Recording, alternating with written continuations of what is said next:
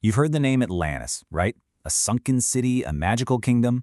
Well, today, we're going to push all that aside. We're going to dive into a really compelling case built piece by piece for what might be a forgotten chapter of human history, a story that, honestly, might be way more real than you ever thought possible. So let's just get right to it. The big question. Is Atlantis just a fairy tale that Plato made up? Or could it be a real, actual memory of our distant past, even if it's a little distorted? That's what we're going to dig into today. And to answer that, we really have to look past the version we see in movies. We need to get to the core claim, the thing that started the whole legend. What if the story isn't about magic at all, but about a very, very real catastrophe? Okay, let's stop here for a sec because this definition is absolutely crucial. We're not talking about some fantasy land.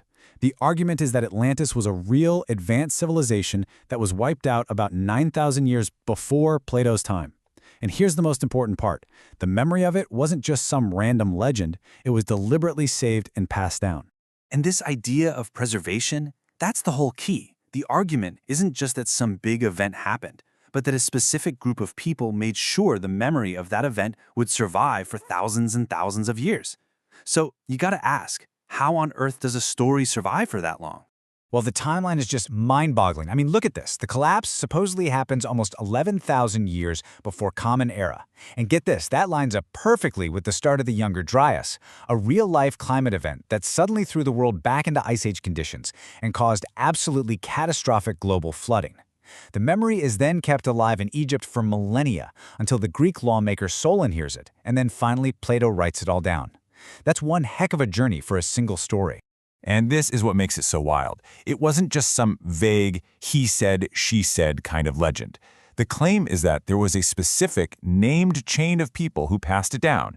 You go from the Egyptian priests to Solon, who told his relative Dropadites, who told his son, Critias the Elder, who then told his grandson, Critias the Younger, who happened to be Plato's cousin and told him the story directly. See?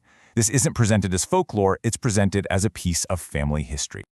Okay, so we have the claim, and we have the supposed path it took to get to us. Now for the really good stuff. Let's get to the evidence. We're going to walk through this like a detective, laying out the key exhibits that make this whole case so fascinating. First up, Exhibit A. And honestly, this might be the single most startling piece of evidence in the whole account. The date. Plato doesn't just say a long time ago. No, he gives a number. And that number is unbelievably specific. Plato says the fall of Atlantis happened 9,000 years before his time.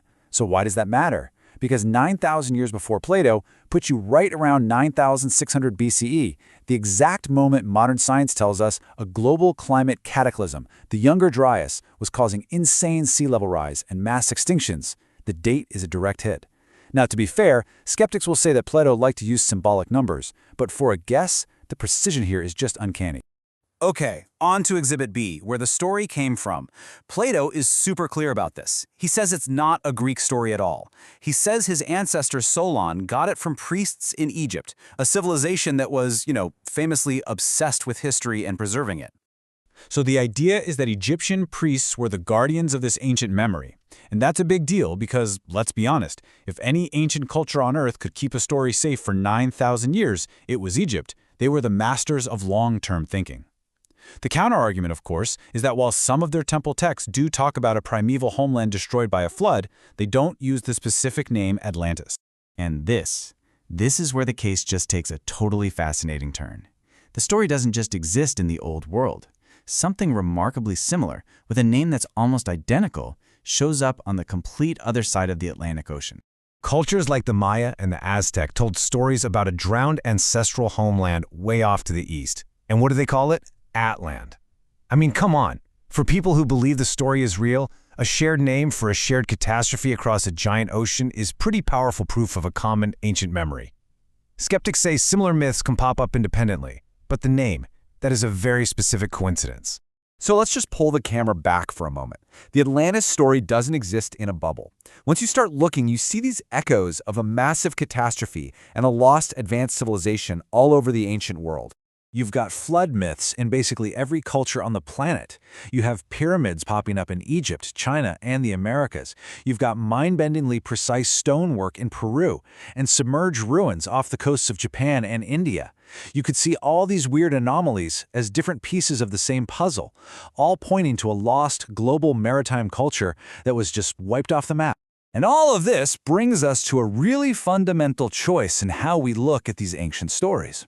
Are they just fiction, right? Made-up tales to teach a moral lesson?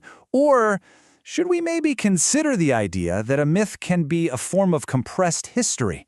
A garbled, distorted memory of a real traumatic event that was passed down through countless generations?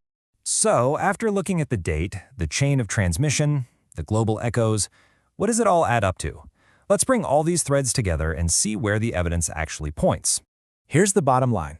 The case for Atlantis being probably true stands on these 4 pillars. It's not just one piece of evidence, but the fact that they all converge. You have a specific date that matches a real cataclysm, a custodian nation famous for preserving history, a story that's echoed across the globe, and a chain of transmission that's as clear as a family tree. When you put them all together, it makes for a pretty powerful argument. And that leads us to the final challenge. If you want to argue that Atlantis is pure fiction, you have to explain away all of these coincidences. How did Plato, who knew nothing about Ice Age geology, just happen to pick the exact date of a real-world cataclysm? Why would he invent a whole backstory about Egypt preserving the memory? And what are the odds that a similar name for a similar myth ended up an entire ocean away? When you weigh all of that evidence, the source for our explainer today lands on a really startling verdict. Not definitely true. Not certainly false, but probably true. And that right there is the ultimate takeaway. The invitation here isn't to believe in some magical city with flying cars. It's to consider a different possibility. That Atlantis is simply the name we've given to the memory of a real, sophisticated, globally connected human civilization that was destroyed by climate change over 12,000 years ago, leaving behind only the faintest of echoes and fragmented myths.